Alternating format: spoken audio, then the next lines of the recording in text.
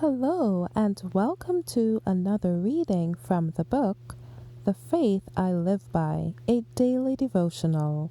Today's reading is entitled, His Blameless Life, February 12th.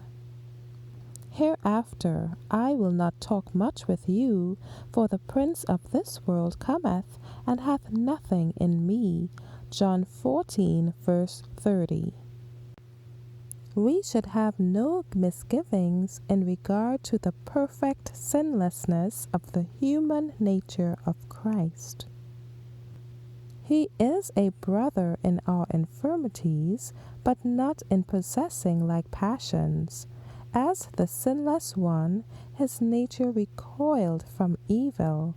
He endured struggles and torture of soul in a world of sin. His humanity made prayer a necessity and privilege.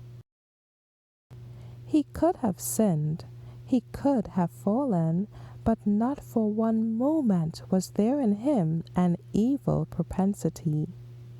In taking upon himself man's nature in its fallen condition, Christ did not in the least participate in its sin. He was subject to the infirmities and weaknesses by which man is encompassed. He was touched with the feeling of our infirmities, and was in all points tempted like as we are, and yet he knew no sin. He was the Lamb without blemish and without spot. Could Satan in the least particular have tempted Christ to sin, he would have bruised the Saviour's head. As it was, he could only touch his heel. Had the head of Christ been touched, the hope of the human race would have perished. Divine wrath would have come upon Christ as it came upon Adam. Christ and the church would have been without hope. Not even by a thought could Christ be brought to yield to the power of temptation. Christ declared of himself, The prince of this world cometh, and hath nothing in me.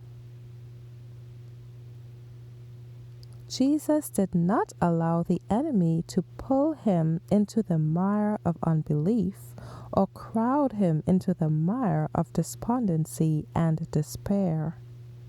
Christ's humanity was united with divinity, and in this strength he would bear all the temptations that Satan could bring against him, and yet keep his soul untainted by sin.